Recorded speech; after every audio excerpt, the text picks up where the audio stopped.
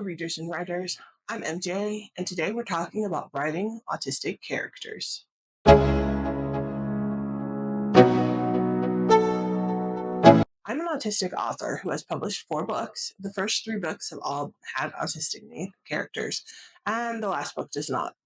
As an autistic author, my goal was to write autistic characters who existed in the world without the plot developing around autism. I want to talk about what I have learned and how it can help you. This is a multi part series. The first part is specifically for authors who are also autistic themselves. A second part will be released that is focused on authors who are not themselves autistic. The second part includes authors who have close family members that are autistic, even children and spouses. Feel free to watch this video and then go check out the second video when it is released. I would love to expand on this series, so if you have any specific questions, put them in the comments below and I will address them in future segments. Fellow autistic authors, let's talk. Before we begin, please know that self-diagnosis is valid on this channel. I'm not going to go into a whole rant on autism in the healthcare system because that would be its own video and not writing centric. But know that as a self-diagnosed and peer-diagnosed autistic person, your experience is valid and bringing this experience into your characters is valid. Here is the number one lesson that I have learned as an autistic author. Ableism is real. I write primarily for autistic adult readers, but I also hope to make a living as a writing full time, so neurotypical readers do read my books as well, and they don't understand autism. So I have found that my number one goal as an autistic author is to translate my autistic characters while remaining true to them. How do I do this? Well, a big part of this journey has been identifying traits that are seen as different from neurotypical readers. Having neurotypical readers as beta readers will help with this process. They are quick to point out behaviors that they do not understand. You do not need to change the behavior, but you may want to reframe it. One of my biggest examples of this is emotional processing. Typically, writing advice will tell you to explain the emotion in the moment, as this is how neurotypical people process. However, not all autistic people process this way. Instead, we tend to compartmentalize our feelings and only sort them out after the fact.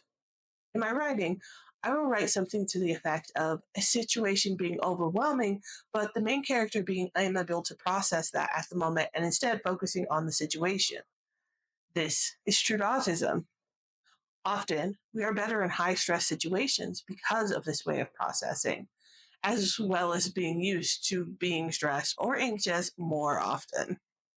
However, make sure you follow up on this and have your character react to this delay at a later date.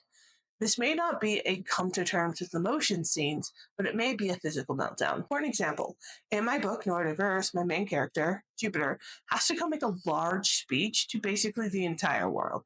This is not something they are comfortable with, even with the modifications they have. After the speech, they completely shut down, and I wrote this into the book. Some other examples are showing your character stimming, but giving some extra explanation about why this is satisfying. It doesn't need to be overwhelming. You can just mention that it is a calming behavior. You also may need to explain common autism terms, such as stimming. So, speaking of ableism, beware of internalized ableism and how this is going to be represented to your characters. When you write autistic characters, you are displaying autism for the world, including the internal parts. It can be a lot of pressure, especially when we are writing about complex topics such as internalized ableism. My current work in progress is about an autistic werewolf who is trying to prove that she can lead her pack. There is a lot of internalized ableism, and I will state that as a trigger warning specifically for my autistic readers. I do strongly feel that if I include internalized ableism, I'm going to work it out on the page. Specifically, neurotypical readers can see that autistic people are more than our stereotypes, but also so my autistic readers can see a positive resolution. As a writer, you may choose to handle this differently, and that is okay. Just be intentional in your portrayal. As an example, I read a book by an author who is reported to be autistic own voice, if not self declared. And one of the main characters had to learn how to mix their food together in order to gain power. There was no relationship written into the book between these two. So there really was no reason for the character to be focused on this except for internalized ableism. There is nothing wrong with autistic people, or honestly, any people, wanting to eat their food separately. Yet, this internalized ableism was brought into the story, and it became a story about overcoming autism rather than whatever the original intent was. So, here are some things I have learned as an autistic author. Let me know in the comments any things you would like me to expand on or any other questions. As always, keep reading, keep writing, and until next time.